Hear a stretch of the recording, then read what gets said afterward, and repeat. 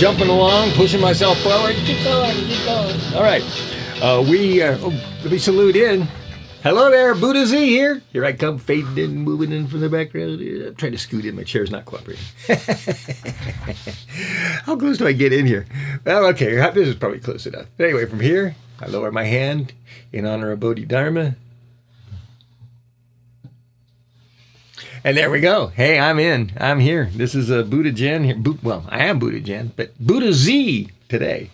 So, the author of this book, The Four Noble Truths of Buddhism, explained by me, Buddha Z. Okay. So here we go. This is book number 1 of 8. All right. Let's see what we got here. That's how I'm peeing. Is that the only one? Nope, it looks like we're going to get 2. You get that homeless asylum band, it looks like, today. Yeah, we're going to get 2 poems today. Here we go. Let's get working here. All right. This is a short one, one-pager. That's how I'm peeing. I'm going to read the note down here at the bottom. Well, actually, under the title, it says, written after hearing about a furry, in quotation marks, furry people who identify with animals, a furry employee requiring a cat box. By the way, I think it was all BS. The Republicans just made that up. That's like that what do they call that person on food stamps who's got like 10, he's buying them for 10 kids or so. They've got all these, the Republicans use these role models that are made up, these people that don't exist. Anyway, but I had the RDC, Richard Del Conner byline for my photography, Rocktography by the Coyote in the 1980s. I call my photography Rocktography because I kind of specialized in rock and roll photography. I didn't want to do tabletop fashion or anything like that. I just wanted to do concerts and be a rock star, so I really didn't want to, I wasn't looking at it as a career move. It's more like a hobby, a professional hobby. I still enjoy photography. Okay, so here we go. I can say I'm a professional though, because I'm actually a director of photography and I'm doing camera work and movie work. But, basically I just, that's what I'm saying. I do it personally. You don't have to pay me money or make it a job. I'll do it anyway. Okay, where were we? Okay, that's how I'm peeing. Oh, there was a note at the bottom.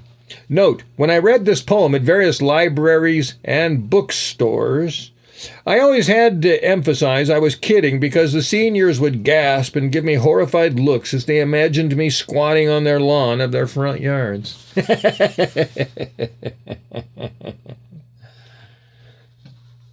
It says bookstores. I think that's a typo. Yeah, it even says that here. It should be just bookstores, right? Maybe one word. Well, I'm going to change that right now. I'm looking at one of my masters here.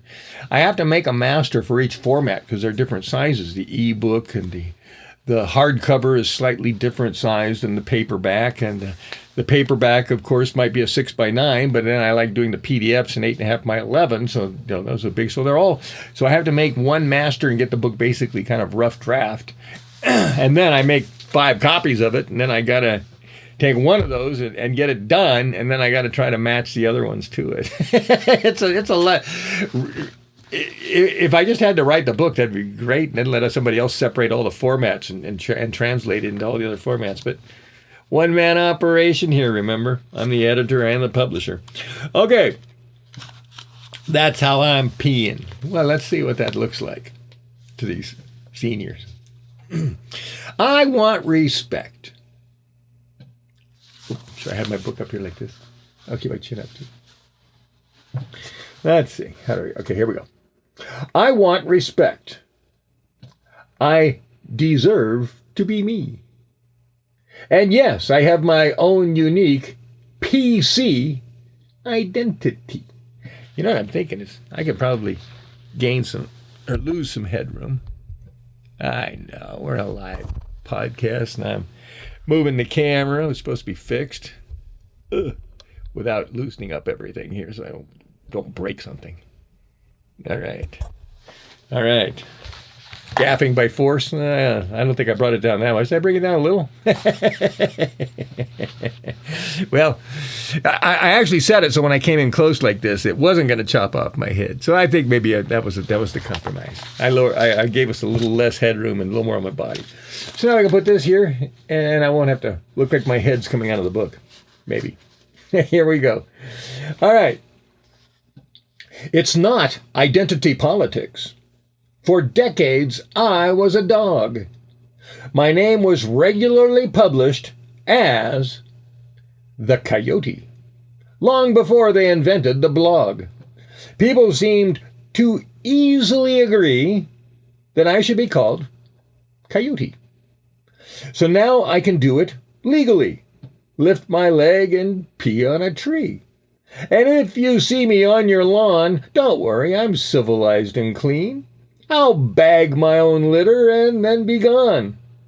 I'm so happy now that we're all agreeing that my identity's a dog, and that's how I'm peeing. then the last line says, I'm only kidding. All right. I think we had 2 poems today, didn't we? Okay, Homeless Asylum Band. Oh, I warned you about this one. These are... let's see if I give them away. No, I don't think I... Oh, yes, I did. I put the name of the band in the song. Okay, this is some sort of a music band. I went online and checked them out, and I think they may be even worse than I thought. But I don't want to get myself in any legal problems. So here we go. Homeless Asylum Band. And a little explanation under the title. It says, ugly heroes of yesterday who led their fans astray. Ooh. Not like them or their fans know who I am, so they'll probably never read this poem or see this podcast. Anyway, here we go. I grabbed an LA Weekly. What an upsetting cover story.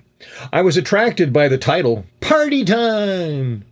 Then I saw that the cover faces were dumb and gory, apparent masters of lives in crime. This whatever band of ugly thugs, all slightly bearded with graying mugs, looking like punks who'd jack your car, they probably have at least one street battle scar. They've been around almost 30 years. They're still imitating other intimidators. Did I say that right? They're still imitating other intimidators, embodying their ghetto fears. The headline reassures my disgusted brain. Cypress Hill have grown up, but they're still insane. I'm guessing there are fearful Americans who identify their fears with them. I hope Cypress Hill sell enough records to stay out of the homeless asylum. So I wish them well in the end, at least. Even if they are kind of disgusting. All right. So anyway, there you go. Cypress Hill, give me a call. They probably won't talk to me. I don't even know what I would say. I did. I read the article. I saw them. And then I looked them up online and saw some of their videos and stuff. There's just some people I cannot relate to. You know, I mean, maybe I like cars, you know, and they like lowriders. So I know that I can always find something in common to talk to people about. But I think I've spent too much of my time talking to people that were wasting my time. All right. So I have not wasted your time, I hope. Oh, hold it. Do I have another poem to read you? No, that was it. That was it. Yeah, that's it. Okay, Lockdown World's coming next. All right, let me go. Goodbye. I'm escaping. All right. Buddha Z has explained that street gang musicians look even uglier as they age. Is that what I explained? All right.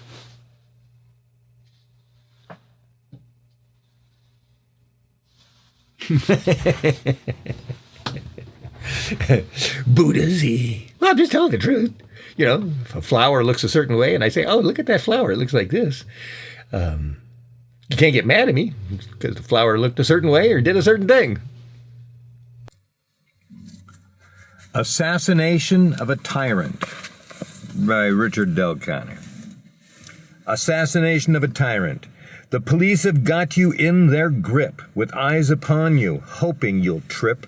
Not to fall in need, they want you to lose and concede. Legal pressures will undo you and remove your treasures. All those things you did for your fellow countrymen now cannot be hid. Soon you'll be a felon.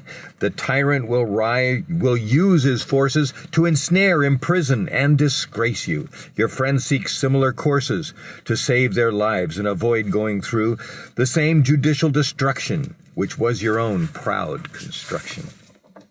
Your friends and allies buzz noisily on Capitol Hill. There's no escape unless he dies. In self-defense, you must kill. Your family will suffer, your future undone. Surviving this won't make you tougher when you've been banished and your enemy won. The tyrant wants for the land what the government cannot pay. The villagers don't understand that what looks good is going the wrong way. The promises that the tyrant makes are disrupting the government's designs and means. The tyrants make promises, but too much it takes without profiting the industrial or war machines. So criminals see the law is bad. It was better before the corruption we had. That oiled the gears and prevented fears because big business is our big dad. But the tyrant is too short-sighted to see the strings that pull the world. False promises to the poor just gets them excited like a war with flags unfurled. This tyrant is out of hand. The FBI has played its cards to ply. The substitute is second in command. He says 25% chance he will die. Now the CIA sends G.W. Bush to Dallas. The tyrant will be there tomorrow. Where George Bush spends that assassination day, he won't tell us, as the mafia's guns they borrow. And all the others of the clandestine USA take positions on the grassy knoll by the street. The government's police load rifles in the window on the way where the tyrant's enemies have chose to compete. Who does the government compete with? The FBI helps the CIA. The NSA and police force they pay are the true government that keeps communism away. The American government is the finest of all, with the best conspirators to spoil. Any leaks of what's government confidential, with fingerprints dirty with crude oil. America rises up. America wins again. We overthrew the British, now killed this Catholic sin.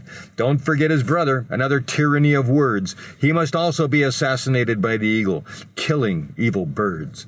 So now America is free to be a secret society oligarchy, where the citizens don't know who's in control. The common man forgets eventually and believes what Fox News told. Until it doesn't matter, people just want money and food, without caring or knowing to what extent they are responsible for the assassination of a tyrant.